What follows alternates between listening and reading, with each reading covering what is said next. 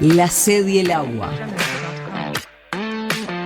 Un clásico periodístico. Una marca registrada. Mostrando las distintas ópticas de la información con sus protagonistas. Con 40 años de trayectoria periodística, Raquel Daruech los invita a su casa. La sed y el agua.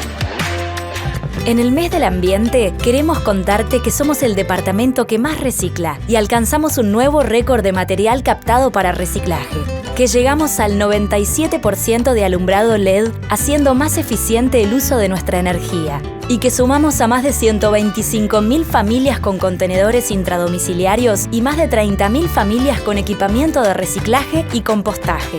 Además, para el 2025 habremos reducido la emisión de carbono lo equivalente a 27.000 autos menos por año. Esto solo es posible porque lo hacemos entre todos. Ecomunidad Canelones, el lugar que construimos juntos. Gobierno de Canelones. ¿Qué tal, amigos? ¿Cómo están ustedes? Espero que muy bien. Nosotros felices de estar aquí recibiéndolos desde la sed y el agua. Y van muchas décadas, así que otro día las contamos bien. Pero, por ejemplo, el otro día el Canal 5 festejó los 60 años de su inauguración y yo creo que trabajé casi la mitad de esos 60 años. Pero vamos, que son detalles. Y bueno, a mí me gusta mucho la geopolítica, es como, no sé, me gusta también la meditación, me gusta cocinar, y me gusta ser abuela, ser madre, en fin, pero sí que la geopolítica es algo que me puede.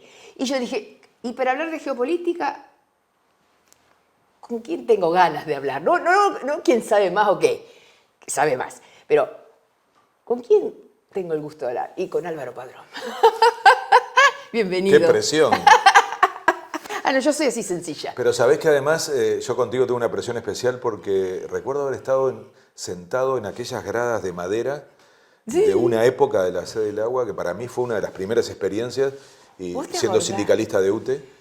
Me acuerdo. ¿Y qué presidenciable estaba o qué tema era? ¿No te acordás? No me acuerdo, pero a mí me deslumbró ese día y me quedé además convencido de que era un programa, y de hecho después me volví adicto al programa. Mirá sí. lo que me dieron por ese programa. Sí, es que fue un periodístico que marcó una época, porque ahora parece más común hacer eso. Sí. Pero que lo hiciera una mujer además era más especial, sí. Y que además supiera de lo que hablaba y manejara la dinámica de la conversación, las polémicas, las diferencias, el pluralismo.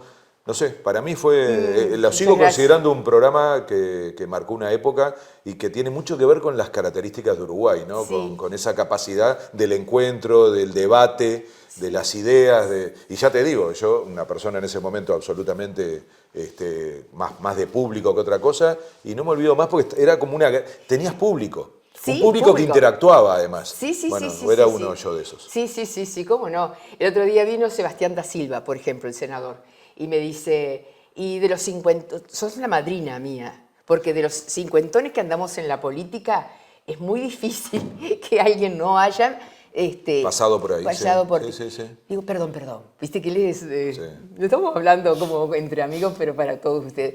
Él es muy especial, ¿no? Tiene sus salidas muy ocurrentes y desafiantes. Y entonces le digo, ojo, cuidado, a ver, un momento.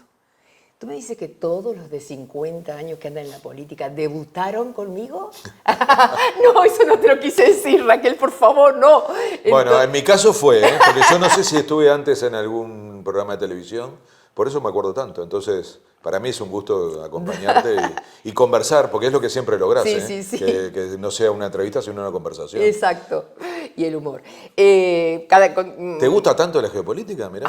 Impresionante. Mirá, qué momento, además, para que te guste la geopolítica. Pues está pasando todo. Mirá, salía la embajadora de la 30, cuando estaba en la 30, la embajadora de China. Mirá las causalidades.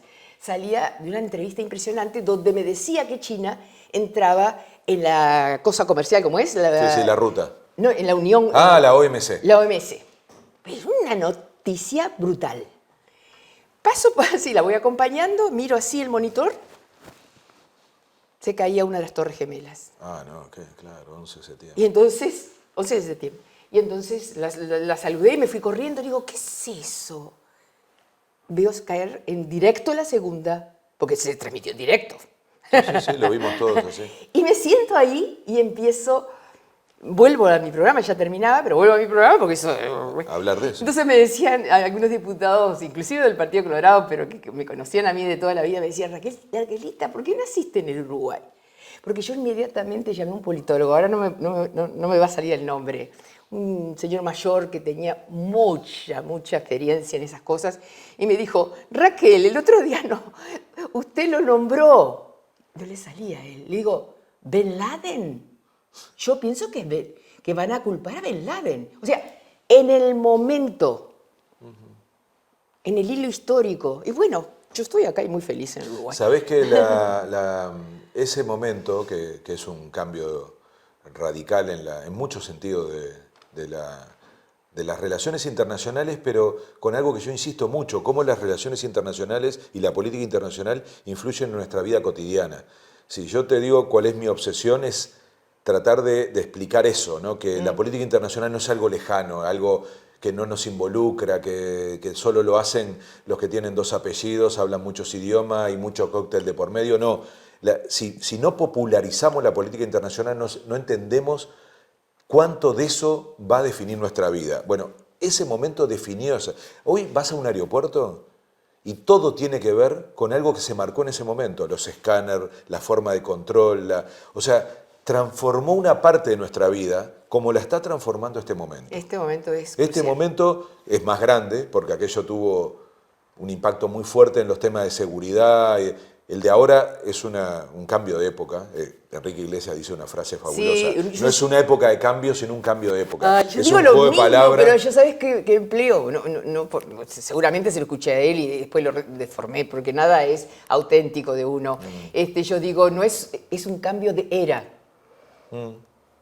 Sí, es de ese tamaño. De era, porque ese para tamaño. mí ya época es como que... Pero hace un podés rato me medirlo así. decías lo de que todo se va al este. O sea, Sí, algunos le el llaman, eje. técnicamente se dice transición hegemónica, Sí. que es cuando va la hegemonía en el planeta, se desplaza de una región a otra. Sí. La última, que fue algo que nosotros tenemos registros, pero claro, no somos contemporáneos, fue el desplazamiento del imperio inglés británico a Estados Unidos. Para nosotros es contemporáneo ver a Estados Unidos como la potencia hegemónica, pero bueno, y de estas transiciones hubo muchas, ¿no? El Imperio Romano. Pero en fin. antes los ingleses Pero los fueron ingleses hegemónicos en Estados tenían Unidos. 3 partes del territorio del mundo lo controlaban. Esa islita Sí. ahí perdida Sí. controlaba 3 partes del territorio del mundo. Entonces, cuando eso ocurre, se arman líos gigantes. Se mueve todo. Se mueve lo comercial, lo productivo, lo militar, La lo inflación. cultural. Sí. Entonces, estamos en ese momento. Lo que pasa es que, claro, vivir en ese momento te hace perder la perspectiva y recién la historia nos va a mostrar el nivel de transformación que se está produciendo. Que básicamente es esto que decías. Ese poder se está desplazando a Oriente, de Occidente a Oriente. Y esa experiencia que tuviste con la embajadora china era porque en ese momento nadie decía que China iba a ser lo que es hoy. Era eso, todo eso junto, pero era las Torres Gemelas más esto que está pasando. Sí. Era todo junto. Sí, y de alguna manera las Torres Gemelas son otro síntoma de esa decadencia, porque para que una potencia empiece a emerger, otra tiene que empezar a tener decadencia. Sí. O sea, los imperios nacen, se desarrollan, llegan a su cúspide y después empiezan a tener decadencia. Nosotros estamos, y el fenómeno Trump es un buen síntoma de eso, en la época de pérdida de poder de Estados Unidos. Fíjate qué paradoja de la época. El Estados Unidos que impulsó el libre comercio, la apertura, el liberalismo, termina con un presidente que habla de nacionalismo, de encierro, de proteccionismo, frente a una China comunista que te dice, vamos por el libre comercio, queremos entrar a la OMC, a las Naciones Unidas, queremos un mundo multipolar. Entonces, es un momento muy particular en donde lo que va a emerger es un nuevo orden mundial, que es distinto al que conocemos. Y la pregunta es, de esta parte del mundo, ¿qué guión tenemos? ¿Qué capacidad tenemos? ¿Qué estrategia vamos a aplicar para intentar influir Desde el en esa gobierno construcción. nacional es de pronto hacer acuerdos con Europa, ¿no? Comerciales, con China, bueno, son todos los intentos que ha... Pero Sí. medio en solitario Bueno, porque... muy buen punto ese último, porque es posible hacerlo en solitario en un mundo que se organiza en megabloques, que no tiene nada de apertura, porque se acabó ese discurso. O sea, el mundo no se está abriendo, el mundo se está cerrando en bloques que se van a defender y que van a intentar ser unidades capaces de pesar en esa disputa de dos grandes elefantes, en donde lo demás es todo chiquito, incluso Europa es chiquita. Europa. Yo siempre tuve la convicción de que Estados Unidos, geopolíticamente hablando, Estados Unidos iba a utilizar a Europa, porque entra en la Segunda Guerra, pues vaya, todo lo que tenemos aquí de computación, esto, aquello, lo otro, alemán, toda aquella tecnología, y no sé, y hoy veo una Europa, claro que si vas a visitar Europa todavía tiene brillo, todavía tiene fulgores, pero yo creo que económicamente y políticamente Europa está Es la región más afectada. deprimida. ¿Sabes por qué? Porque pasaron dos cosas, y de vuelta a esta locura de época que vivimos, ¿no? Pandemia y guerra. Las dos cosas pusieron en jaque a Europa, porque Europa descubrió rápidamente con la pandemia que dependía demasiado de esa globalización que hizo que el control, por ejemplo, de las vacunas, y Europa tiene una gran capacidad, particularmente Alemania, Y de Suiza. tener las patentes de las vacunas, laboratorios, pero había un montón de suministros que dependía de otras regiones. Y empezó a darse cuenta que había perdido soberanía. Mirá la palabra que uso en un mundo globalizado, soberanía. Esa es una palabra que hay que poner muy en discusión, porque ¿qué soberanía nos va quedando frente a una globalización que avanzó tanto? No nosotros que somos absolutamente intrascendentes, pero una región como Europa, que marcó gran parte de la historia que conocemos, se encontró de golpe con carencias de soberanía. Y ellos empezaron ahora a desarrollar el concepto de soberanía estratégica. Por eso se habla de desglobalización, que es volver a achicar un poco las cadenas de suministro que se habían vuelto absolutamente globales y decir, no, hay ciertas cosas que tenemos que tenerlas más cerca, que tenemos que tener más control. Por lo tanto, elijamos los elementos estratégicos que nos permitan decir, en alimentos, en energía, en salud, necesitamos que eso esté bajo nuestro control. Jaque mate Rusia porque con Ucrania logra eso, logra encender una barrera ahí, un crecimiento para mí de derecha fuerte en Europa, y por ese cambio que se va dando, y en todos los países va a pasar un poco lo mismo, y después el granero. O sea, Ucrania. por ahora le está permitiendo salir los barcos, hoy no sé, Sí, hoy sí. no me fijé. No, pero empezó otra vez a aplicarse ese criterio de restricción hace 3 días. Te doy la cosa de bomba racimo, no sé cómo se llama eso. Sí. Bueno, que tengo un stock allá que me quedó y te lo regalo, pero necesito esto, necesito. Y bueno, cuando se cierre ahí ese pasaje... Ahí empieza el tema de la soberanía alimentaria. Pero vos decías como que hubiera sido una iniciativa de Rusia. Yo te digo que la iniciativa de generar esa situación casi imposible de evitar una guerra vino más de Estados Unidos. A ver, eso me Porque, interesa. claro, porque Estados Unidos la batalla esta de la hegemonía la está perdiendo. Y no la está perdiendo como siempre fue por factor militar, porque en realidad es el único factor en donde sigue siendo hegemónico. La perdió en lo productivo, porque fue muy barato producir en China, y la mayoría de las empresas que se instalaron en China por los costos laborales baratos y por el mercado fueron norteamericanas. Sí, y no regresan. Bueno, obvio. Creo que la única que logró Trump es Ford. Porque sí. los convenció de que tenían que venir con la bandera, Sí, pero sí, en realidad es la esas cosa del empresas nacionalismo. se mueven por negocio. Entonces dijeron, no, ya nos instalamos en China, hay demasiada gente allí, demasiado clase media por crear, Sí, después tenés demasiados la India, autos por vender. Claro, sí, y después seguí tenés sumando. Pakistán. Seguí sumando todo lo que había ahí por crecer. Entonces, ese discurso que fue, de alguna manera, vayamos a hacer negocios allí, funcionó. Y lo hicieron. Claro, los chinos fueron vivos y de alguna manera adquirieron tecnología, empezaron a producir sus propias capacidades. estaba entonces la lógica productiva, que fue la primera, luego vino la lógica comercial, y ya no hay con qué pararlo. Son la primer potencia comercial del mundo. Son el primer país con el que comerciamos desde América Latina, cuando somos el patio trasero de Estados Unidos.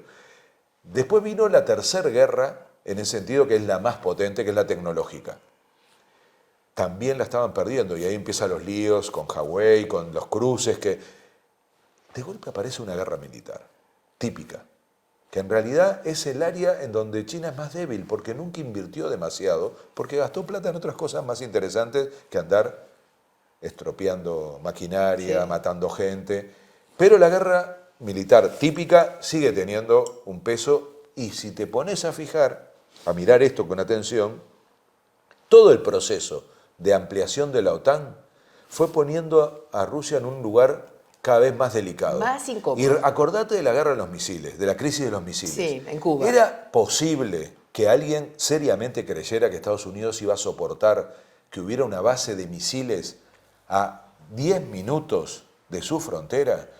En ese momento primó la política de la negociación, que Fidel se enojó mucho con Khrushchev cuando terminó negociando con Estados Unidos, que retiraban la base de Cuba, pero también se retiraban las bases norteamericanas cercanas a la Unión Soviética. Algo parecido está ocurriendo ahora, porque el avance de la OTAN y de que Ucrania ingrese a la OTAN es algo inaceptable para Rusia, porque es tener los misiles en el patio trasero. Entonces, esa provocación lo que logró, y acá vuelvo a Europa, es liquidar la política exterior europea de acercamiento a Eurasia, porque es su continente también. Claro. Yo trabajé 20 años con una fundación alemana, ¿no? Sí. La Fundación Freichever, que hoy sí. gobierna, porque Sí. es el Partido Socialdemócrata. Sí. Hoy están en el gobierno. Merkel, no una persona de izquierda, durante 20 años, nunca te olvides que nació en la RDA. Sí, la Alemania socialista. Sí, oriental. Oriental. Entonces, su visión de que tenía que llevarse bien con Rusia fue estratégica. De hecho, ¿cuál es la primer víctima de la guerra? Alemán. El gasoducto. Alemán. El gaso. ¿Saben los millones de euros que están puestos en el gasoducto que conectan Rusia con Alemania? Sí, es tremendo. ¿Te imaginas la dependencia europea, no solo alemana, del gas ruso, que inmediatamente lo tuvo que suplir de dónde? De Estados Unidos. Sí. Entonces, Que viene en barco. de muchas maneras, porque lo otro increíble es que Europa volvió a consumir carbón y está discutiendo volver a activar las plantas nucleares, que fue un gran conflicto, como lo está haciendo Japón. Entonces, se desarmó un esquema que había sido fruto de una globalización pacífica, en donde se estaban complementando las regiones, pero de golpe la guerra cambia totalmente eso. ¿Y qué hace? Vuelve a Europa más dependiente de Estados Unidos. Exactamente. Y vuelve a Rusia más dependiente de China. Exactamente. Que son los jugadores que están compitiendo. Pero Estados Unidos siempre, al poner la OTAN ahí, se sabía que somos socios hasta el momento en que no vamos a ser más socios. Sí. Vos vas a ser mi hijo en vez de mi Sí, pero ¿vos te acordás de la discusión entre Macron y Trump? Sí. ¿Qué le decía? Cuando Trump decía por qué no ponían la plata en la OTAN, que estaban y él le decía, Macron, actual presidente de Francia, que ahora es parte de la guerra, decía, la OTAN tiene muerte cerebral. Y decía, es un organismo de otra época que ya no tiene sentido. O sea, Estados Unidos logró volver a instalar en la lógica geopolítica el único punto fuerte que tiene. En Colombia también hay plantas nucleares norteamericanas. Sí, bueno, el problema es que ahí cambió la correlación de fuerza política en Colombia. Entonces ya no es Duque, ni es Uribe, y le dicen... Ni es Santos. No, acá no. No, Santos logró una negociación. Ojalá le hubieras preguntado un poco más a Mujica sobre Santos, porque Santos fue un líder capaz de instalar objetivamente condiciones para que hubiera una paz en Colombia. Paz. Y Mujica fue uno de los referentes, junto creo que con Noruega, para garantizar el proceso de paz. Sí, entonces, claramente lo que tiene Estados Unidos es a la OTAN como el único organismo que hoy Estados Unidos controla de manera absoluta es la OTAN. Y el único elemento en el que sigue siendo hegemónico es lo militar. Entonces lo puso en juego y logró que Europa terminara cayendo en una dependencia y perdiera su capacidad de equilibrio. Exacto. Al perder esa capacidad de equilibrio, dejó de ser un interlocutor. Y en la lógica, que es lo peor que nos puede pasar, que vuelva a haber un mundo bipolar, que es ya no el de la Guerra Fría. Algunos dicen es la nueva Guerra Fría. No, aquella Guerra Fría tuvo otro sentido, que era la disputa de sistemas. Claro. Esta es una Guerra Fría más rara, en donde hay Más económica que... más de intereses. Más de intereses que ideológicos. Entonces, vas a encontrarte con China disputando con Estados Unidos y los que tenemos una visión distinta, lo que deberíamos tender es a un mundo multipolar. Europa quiere eso. ¿Qué tiene que hacer? Encontrar socios. Aliarse. Encontrar socios. Para Está no muy quedar bien el atrapada. presidente Lacalle Pou, entonces, el querer aliarse con Europa, ¿no? No, el error es querer hacerlo solo. Ajá, Europa no le interesa a Uruguay, solo. Le interesa a América Latina. La región. Más, le interesa la CELAC, porque la CELAC es toda América Latina y el Caribe. Viene desde México, ¿no? Más arriba. O sea, tiene todo. Tenemos los países anglosajones, o sea... Sí, las islas. Todo eso, para ellos la CELAC es ideal porque es América Latina, las Américas sin Canadá y Estados Unidos. Sí. Entonces, ¿cuál es el problema? Que eso es un sujeto que está bien como paraguas político, pero tiene muy poca capacidad de construirse como un actor. A ver, para mí, el que puede ser un eje, bueno, tiene que operarse la cadera y todas esas historias, puede ser Lula. No te quepa duda, la vuelta de Lula es la que hizo todo esto posible. Porque con Bolsonaro nadie quería hablar. Y además, claramente Bolsonaro, en una visión nacionalista, dijo Brasil para adentro. El problema de eso es que nos quedamos sin un referente y el peso pesado que podía hacer que América Latina estuviera realmente sentada en una mesa en serio. Entonces, la vuelta de Lula es, en 6 meses, un cambio radical. En 6 meses, CELAC en Argentina. Hizo la visita a Uruguay, que es... Histórica. Pero absolutamente insólita, y que nosotros tenemos una oportunidad increíble, si no la sabemos aprovechar, No, sería un desde el nivel punto de de vista estupidez increíble. diplomático es ¿No increíble. visitó un país así? No, A diplomáticamente ninguno. es un movimiento Después, que nos jerarquiza, pero te a sigo su la vez ruta. porque se da cuenta de que, Claro, de que la importancia de exactamente. Uruguay. ¿Qué hace? Después va Porque a seremos visitar, chicos, pero tenemos mucho predicamento después va a político. visitar al que definió el golpe de Estado que se pergenió Brasil. No te olvides que al mes de haber asumido hubo casi un golpe de Estado. Sí. Muy parecido a lo que le pasó a Estados Unidos con el asalto al Capitolio. Claro, cuando estaba Trump copiado. no sé. Bueno, ¿y dónde estaba Bolsonaro allá? Mirá las comparaciones. Con los mismos... Dos presidentes que habían perdido que no Sí. aceptaban y decía que había habido fraude, Sí. violencia, Sin reconocer. gente en la calle. Sin Porque en reconocer. los dos casos, y eso hay que estudiarlo mucho. Eran muy amigos, lo hicieron juntos. Por supuesto, eso. el hijo Bueno, de Bolsonaro tuvo todo el apoyo de la inteligencia Sí, que rodeaba a Trump para hacer la elección, además con más tiempo, porque a Trump lo sorprendió una parte de la elección, mientras que a Bolsonaro no. Entonces, pero te agrego un elemento que es muy importante estudiarlo, porque si no, cometemos un error gravísimo. Estamos hablando de millones de personas que apoyan esas ideas. sí. Acá no estamos hablando de ¿Por golpes cuánto militares. ganó Lula? Por muy poquito. Y juntando todo. Todo. Muy Incluso poquito. gente que lo metió preso. Porque los partidos que terminan apoyando a Lula fueron los que apoyaron el impeachment. Sí. A Dilma y posteriormente el juicio político y Lula preso. Entre otras cosas, el vicepresidente actual, Alkin. Sí. Entonces, si habrá Increíble. tenido que sumar y tragarse sapos, lo mismo hizo Biden para decir hay que recuperar la democracia en Estados Unidos. Entonces, ¿por qué te cuento todo esto? Porque el segundo viaje de Lula, después de la CELAC, en donde de alguna manera su señal fue mi prioridad en la región, luego fue a Estados Unidos, a una reunión con Biden, y después fue a China. Observá el juego. Sí. Se Clarísimo. metió en esa bipolaridad. Después, El ¿a mismo dónde fue? juego A Europa. que tenía antes, cuando Sí, fue pero presidente. ahora en un momento totalmente Pero distinto. totalmente distinto, Totalmente. donde Europa era central y él Exactamente. marcaba ahí. Recién después, como tercer viaje, va a Europa, se reúne con Macron, con Sánchez y con Portugal. ¿Y qué logra ahí? Volver a la región, habiendo hecho ese periplo, y convoca una reunión que se llama Retiro. Esto que fueron ustedes, todos ustedes. No, ¿El que fue anterior. Mujica? ¿Anterior? No, tampoco, esa fue de presidentes.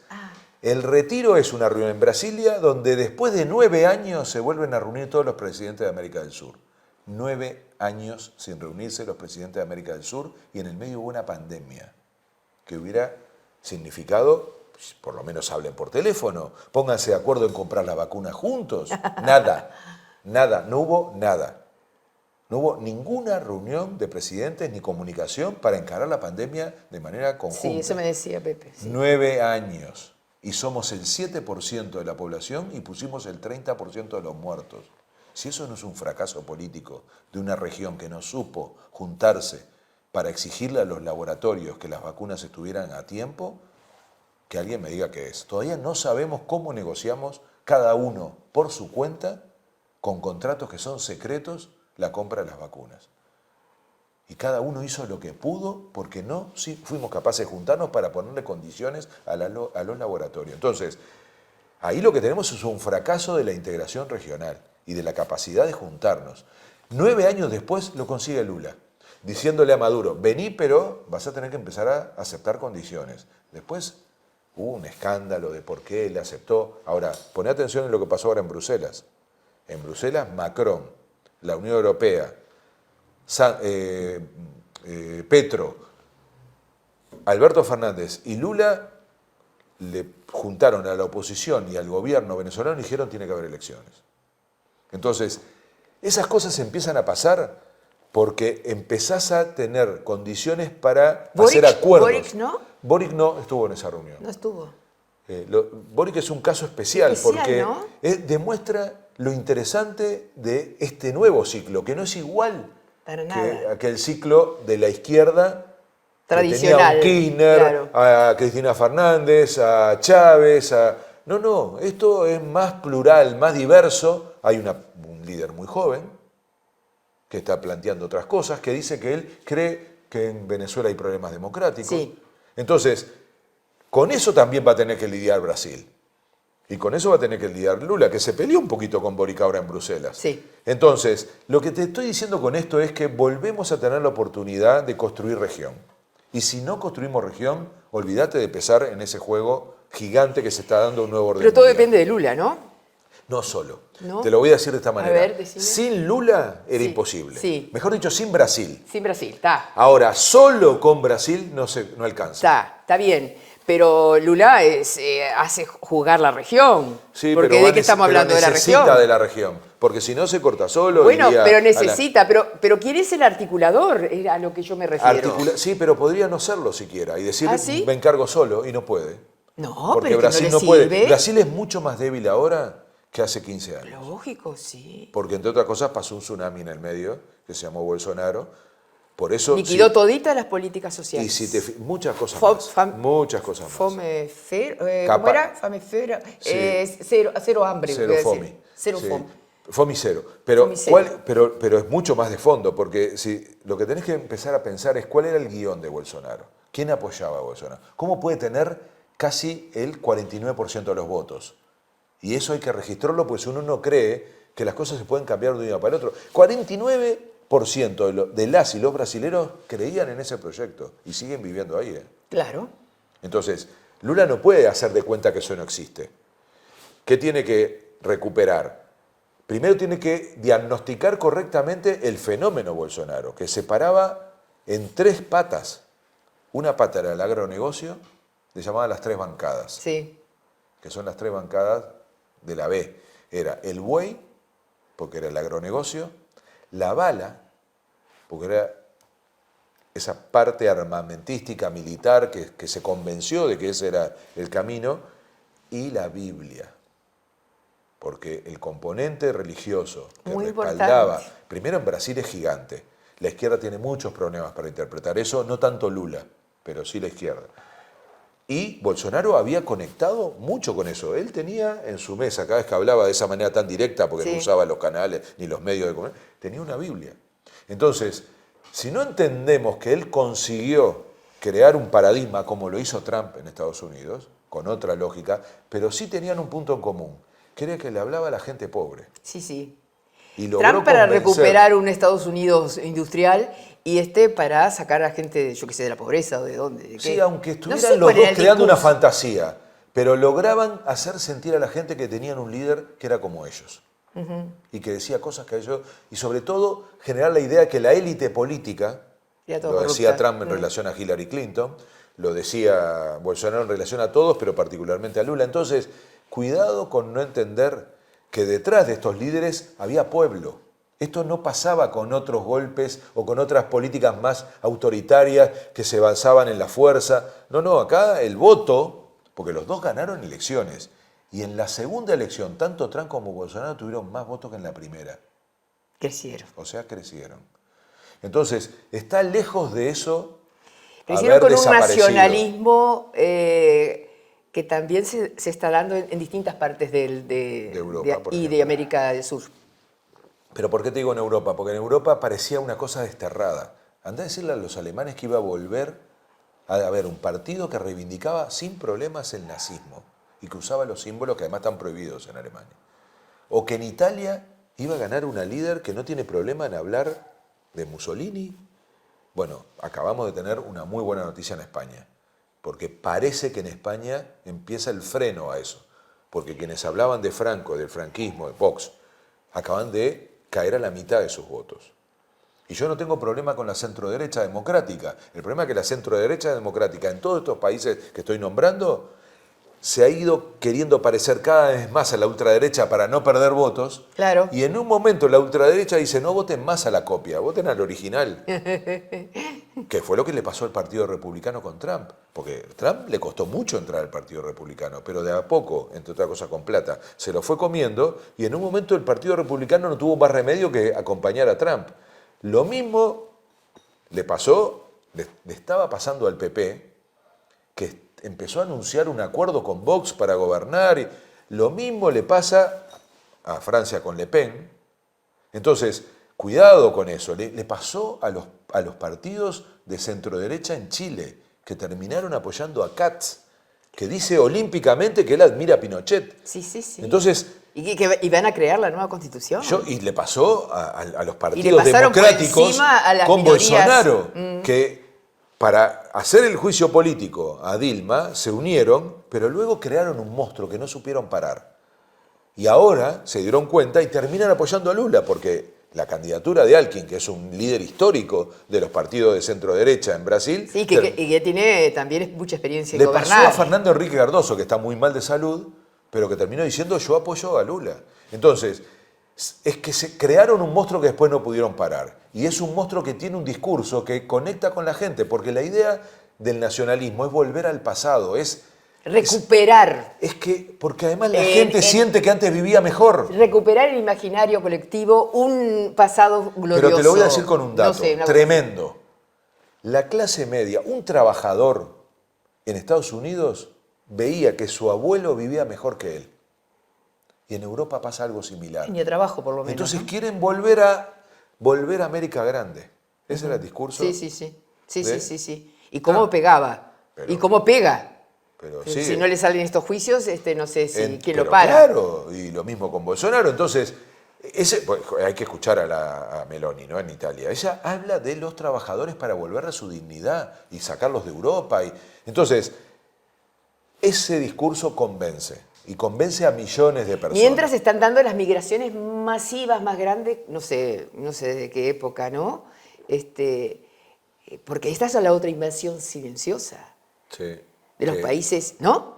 Que hay una que es dramática, que es la de África hacia Europa. De África, la de Siria. ¿Querés que te diga una provocación de la reunión que hicimos con Sí. Lula? Y Celso Amorín nos dijo en esa conversación, cuando estábamos hablando del protocolo ambiental que Europa le quiere imponer al Mercosur, para bajar a tierra acuerdo Unión Europea-Mercosur, ¿no? Sí, pero en 20 eso años de negociación. va el hidrógeno, ¿no? Pero, ¿cuál es el punto ¿Qué más es delicado eso? que pone Europa? Que Viene no le por el aceptaba. agua dulce. Sí, pero antes de eso te dicen, nosotros no podemos aceptar que se siga haciendo la deforestación en nombre del ambiente en el mundo Sí. y que el Amazonas, y en parte tenían razón porque eso lo estaba pasando con Bolsonaro. En la ecuación esta que yo te decía Sí. del buey, el buey ¿dónde come? En la pradera. ¿Qué había que hacer? Crear campos para ganado. ¿Qué había que hacer? Cortar árboles. ¿Tá? Esa es la historia de Bolsonaro, todos los países que hemos tenido producción ganadera. Hay que deforestar. Bien, el discurso de Macron es basta de deforestar la Amazonia porque se está produciendo una crisis climática. Y es el pulmón del mundo. Un poquito atrás está, cuidado con el agronegocio, con los agricultores europeos, particularmente franceses, los chalecos amarillos, que cada vez que se habla del acuerdo Unión Europea-Mercosur ponen el grito en el cielo y ponen los tractores en la calle. Y rompen todo, y queman rompen todo. ¿Qué le estaban diciendo? No al acuerdo Unión Europea-Mercosur. ¿Qué decía Macron? Les haría bárbaro. Yo no puedo negociar con alguien que está destruyendo el planeta, porque está destruyendo el Amazonas, que es el pulmón del mundo. Viene Lula. Lula dice, se acabó. En 6 meses cayó un 40% la deforestación del Amazonas. Y la quema, ¿no? Era terrible. Pero la quema no era porque eran perversos, era para que haya espacio para el ganado. Espacio, claro. Ahora, para la vida. Cuando dice esto Lula y lo practica, ¿cuál es el argumento ahora para Europa? ¿Por qué no va a negociar? ¿Quién no va a negociar? Europa y Macron a la cabeza. ¿Con Lula? Con el Mercosur. Siguen teniendo la presión de no aprobar el acuerdo. Se les acabó la excusa de Bolsonaro. ¿Y cuál es? No, y ahora dicen, bueno, hay que ver la cláusula. Entonces ponen una cláusula. ¿Qué clave? Un protocolo. Sí. Que se tiene que adjuntar al acuerdo que, ¿te acordás? Se firmó hace, creo, 3, 4 años, cuando todavía estaba Macri, con bombos y platillos. Se dijo, el acuerdo llegó a su fin, ahora hay que aplicarlo. Entonces, el problema es que ahora no lo quieren firmar porque, imagínate, Macron a esta altura un lío más adentro de Francia, de todos los que tiene. Entonces, Lula dice, Le Pen, no protocolo ambiental. ¿Por qué te lo atan las migraciones? Porque Celso Amorín dice, ¿nos van a imponer un protocolo ambiental unilateral como si nosotros no tuviéramos conciencia suficiente de cuidar lo que tenemos? Bueno, les vamos a proponer un protocolo migratorio. Bien. Y cada vez que se mueran africanos en el Mediterráneo, les vamos a poner una sanción. ¿Qué es más valioso, los árboles o la vida humana? Porque ¿qué hace Europa con los miles de personas que se mueren porque no los dejan entrar? O sea, estamos hablando de que directamente los dejan morir en la orilla. Un comentario muy racista que no lo voy a hacer, ¿no? Pero terrible. Que mueran tantos y los dejen... Es así. Entonces, mirá, fue muy interesante. La conversación entre 4 éramos, ¿no? Estaba Lula, Mujica, Amorín y yo. Y dice, si quieren ese tipo de lógica, nosotros también tenemos cómo obligarlos a que cumplan algo que tiene que ver con los derechos humanos, no solo con el ambiente y el planeta. Entonces, para hacer protocolos unilaterales, nosotros también estamos dispuestos. Yo soy optimista de que el acuerdo se va a firmar.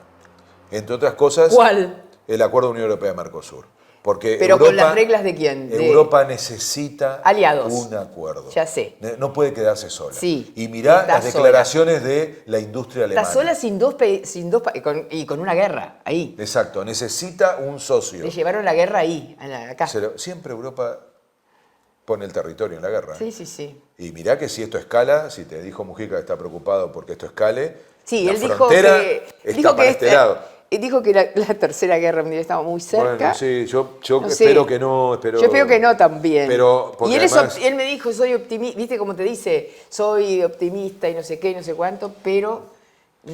Para eso necesita Europa América Latina, para tener un garante, para tener un socio, para tener un interlocutor. Para restablecer equilibrios. Exacto, se llama poderes intermedios. Europa sabe que no va a ser ni China ni Estados Unidos, mucho menos América Latina puede ser eso. Pero si hay poderes intermedios, vos creás un mundo multipolar. Claro. Y el mundo futuro o es multipolar o vamos a tener un gran problema. O no es. Entonces, ahora, América Latina puede... El este que creció y que domina, tampoco está unido.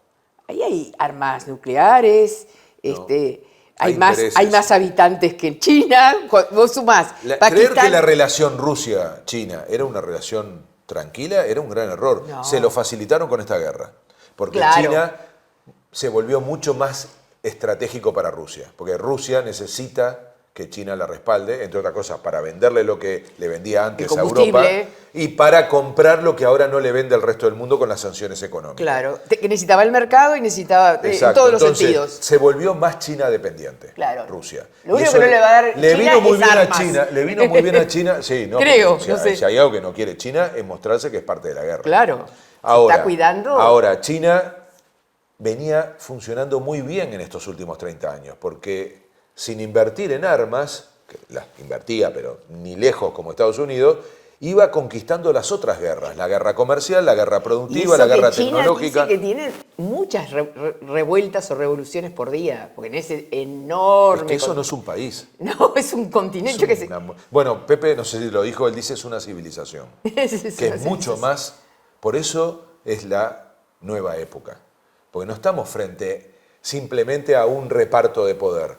Para decirte una idea que en esto de las transiciones hegemónicas, la batalla más potente no es ni la comercial, ni la económica, mucho menos la militar, que ya es vieja como categoría. Sí. Lo es la tecnológica en gran medida, pero sobre todo lo es la cultural. Y yo te pregunto, en esa batalla que es siempre la más difícil de ganar y lleva mucho más tiempo que las otras, la pregunta que tenés que hacer es, ¿quieren los norteamericanos parecerse a los chinos o los chinos a los norteamericanos? Porque ahí está la batalla cultural, donde vos te transformás en una referencia o no. No creo que los norteamericanos quieran parecerse a los chinos. No, y los chinos sí se quieren parecer a los norteamericanos. Porque entonces, ya tienen varios carriles ya pero adelantados. ahí viene una cosa La economía. muy sofisticada que Sí. te la dejo para otro programa, Sí. que son las alianzas que ya no son de los estados. Porque la política Son de las internacional empresas. no la hacen solo los estados. Las empresas. Nosotros seguimos usando una categoría que sigue siendo vigente, pero que ya no es exclusiva. No, que es para la vista.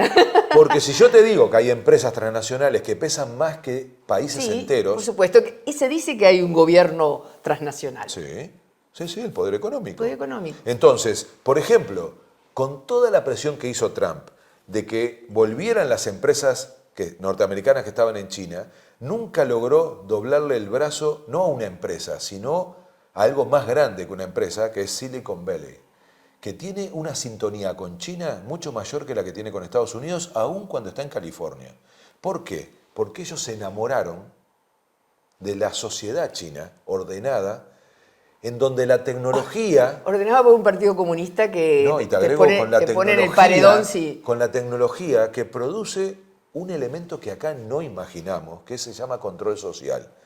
Hoy las y los chinos viven a través de la tecnología haciendo que todo se mida a través de... Tecnológica. Sí, con el comportamiento social. Saben qué haces, qué comes, cuándo cometés una infracción, cuándo... O sea, es una sociedad que para quienes tienen esa paradigma de que la tecnología va a hacer que la humanidad se porte bien, Ya es. el sistema ideal no es el norteamericano, es el chino, que es le llaman capitalismo de Estado.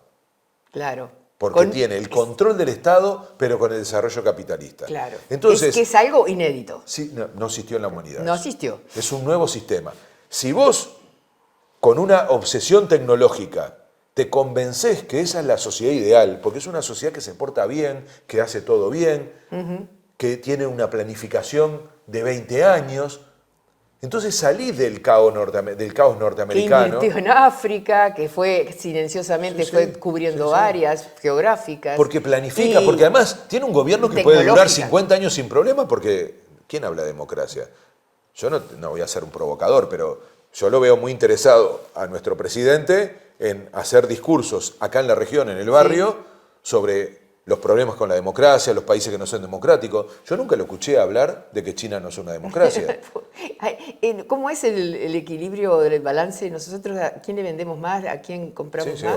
Bueno, en los últimos 3 meses a Brasil. A Brasil. Pero desde hace 4 o 5 años a China. Sí, era China. Y además, ¿con quién Brasil, queríamos hacer un TLC? Y Brasil, China, ¿no? Sí, también. Su principal también, cliente. También, sí. China desplazó a Estados Unidos y a Europa.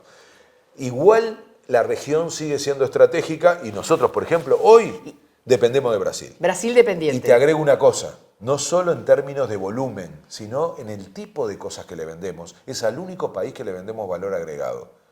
El 30% de la industria uruguaya desaparece si no existiera el comercio con Brasil y Argentina. Porque no le vendemos nada con valor agregado ni a Europa, ni a Japón, ni a China, ni a Estados Unidos. Y ese es el gran fracaso nuestro. La industria nuestra depende exclusivamente de la región. Le pasa lo mismo a Argentina, que solo vende industria, por ejemplo, autos o digamos, autopartes, Sí. a Brasil. Entonces, la única esto es lo que hizo China durante 30 años. Después de comprarle todo a Estados Unidos y a Europa, empezó a producir Aprendió y empezó en su propio país. Claro, tiene la ventaja del mercado. Nosotros también tenemos la ventaja del mercado. Si nos unimos. Si somos región, si tenemos integración regional y Claro. si nos complementamos. Entonces, en este juego empezó a haber cruces que nadie esperaba. Por ejemplo, este laboratorio, que es Silicon Valley, un laboratorio tecnológico, que se convenció que su paradigma no está en su propio país. Increíble. Sino que está donde ya tiene oficinas, desde hace muchos años, y encuentra una sintonía con la política pública mucho más. ¿Y Rusia quedó de modé?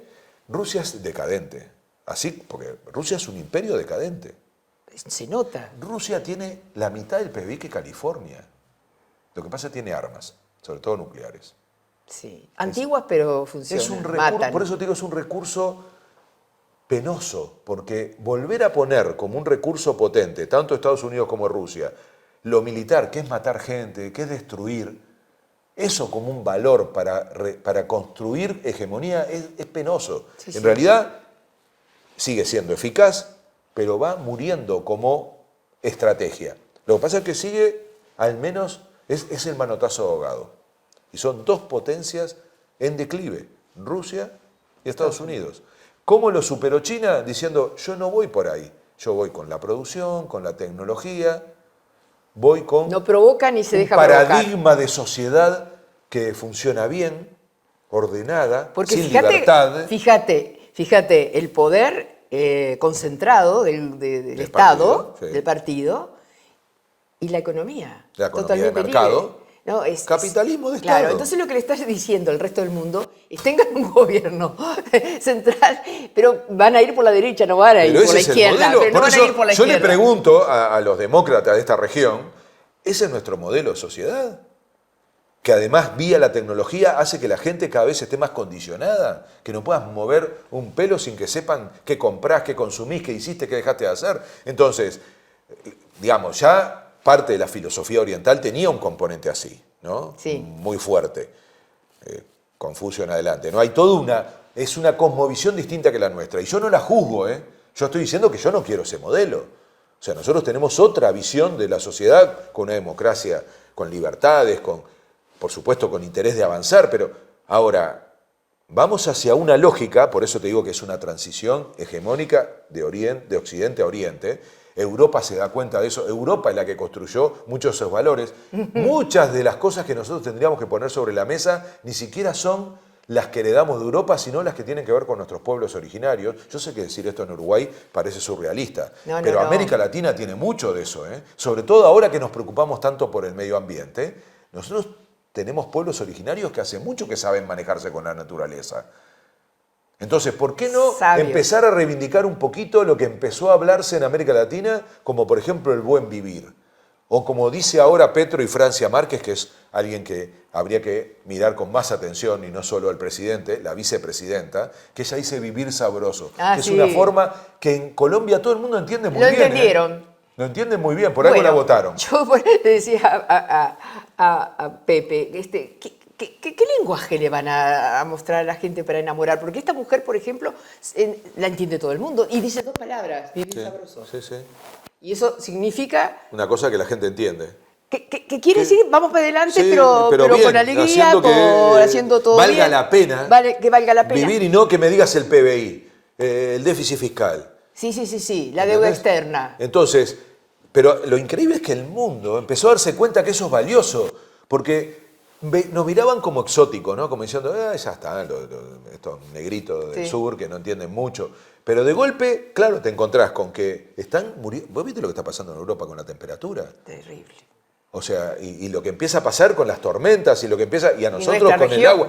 Entonces, empezamos a darnos cuenta que ya no es un problema de desarrollo, de cualquier desarrollo, de que tiene un límite, de que no se trata de tener 3 autos y a ver cada vez más caro. Acabas de entrevistar a un personaje que es paradigmático en eso, ¿no? Porque él dice, yo no soy pobre, porque entre otras cosas vivo como quiero. Pobre es el que no tiene más remedio que estar todos los meses preocupado por trabajar más para pagar más. O sea, hay una discusión más profunda sobre el modelo de sociedad, de vida y de consumo que instalamos. Si nos queremos parecer al norte, este planeta nos dura una semana.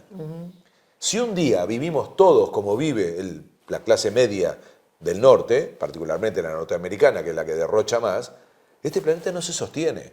Entonces, para cambiar ese paradigma, empezás a mirar lugares donde los equilibrios son distintos. y donde la felicidad no es un tema de quién tiene más. Y yo no estoy haciendo con esto una apología a la pobreza. No, por favor. ¿Ah? Lo que digo es, necesitamos encontrar un equilibrio. ¿No será el momento de América Latina para eso? Si además todo el mundo mira y dice, cuiden el Amazonas porque es el pulmón del mundo. Ah, resulta que ahora es del mundo. ¿Cuándo discutimos los bosques europeos nosotros? ¿Cuándo lo pusieron arriba de la mesa para que también fuera una discusión ellos ya nuestra? se lo remataron, y cuando Sí. se lo remataron y están fundidos, recién Sí, vienen acá. fundidos desde el punto de vista ambiental, pero ricos desde el punto de Ricos. vista del poder económico. Sí, sí, ricos. Entonces, llegó el momento de Ambientalmente, pagar. Llegó el momento de pagar. Eso se lo dice muy claro Petro.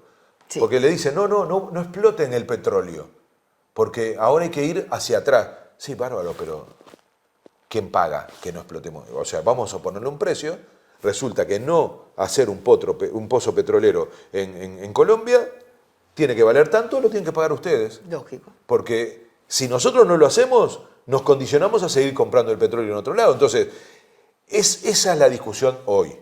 Y mirá que en Bruselas, en esta cumbre, que fue una cumbre mucho más importante de lo que se dijo, no tanto por los resultados, sino por que ahí se constituyó un foro permanente en donde Europa y América Latina van a intentar salir de esta trampa de quedar en la lógica bipolar entre Estados Unidos y China. Repetir la historia. Exactamente. Y no se puede. No, o Es nosotros otra historia. seguro que no, porque esa historia sería volver a ser dependientes, subdesarrollados, y eso lujo no nos podemos dar. Para eso tenemos que integrarnos. Somos poquitos, pero No te creas. interesantes. Somos muchos, tenemos mucho por hacer y sobre todo tenemos muchas de las cosas que en el mundo empiezan a escasear. Hace un rato nombraste agua dulce.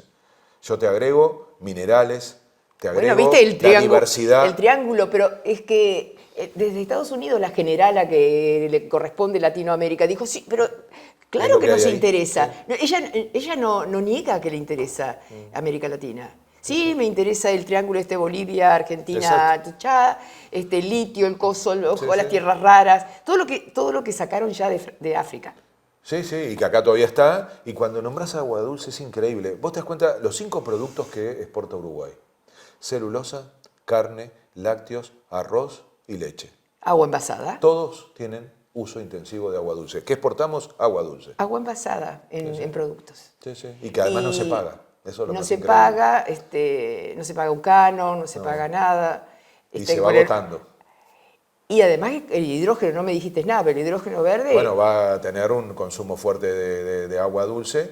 Ahora, ahí viene un debate que tenemos que hacer como región. ¿Cómo tenemos una estrategia como región de una energía que puede ser complementaria y que por lo tanto la podemos tener en los momentos que uno tiene problemas? Lo hicimos, yo vengo de la UTE, lo hicimos con la la energía alternativa, hidroeléctrica. sí. Porque tenemos una capacidad, primero, interconexión, y segundo, vamos administrando las represas según los caudales de los ríos. O sea, la integración es el camino. Te diría una palabra más compleja y más sofisticada y sobre todo más potente que integración: cooperar versus pelearse. Integración versus desintegración. Entonces, ojalá sea el tiempo de eso. Brindamos Y, por eso. Por favor, Ha sido un gusto y gracias conversar contigo. por la invitación.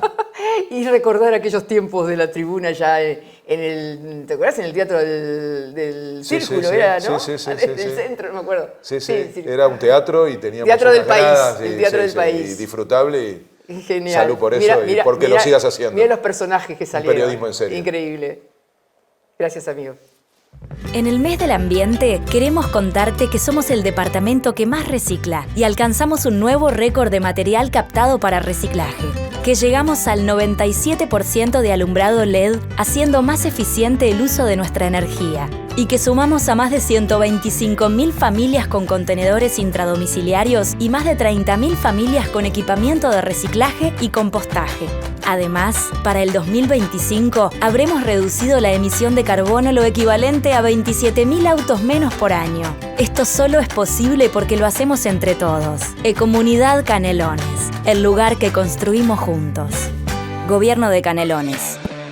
La sed y el agua.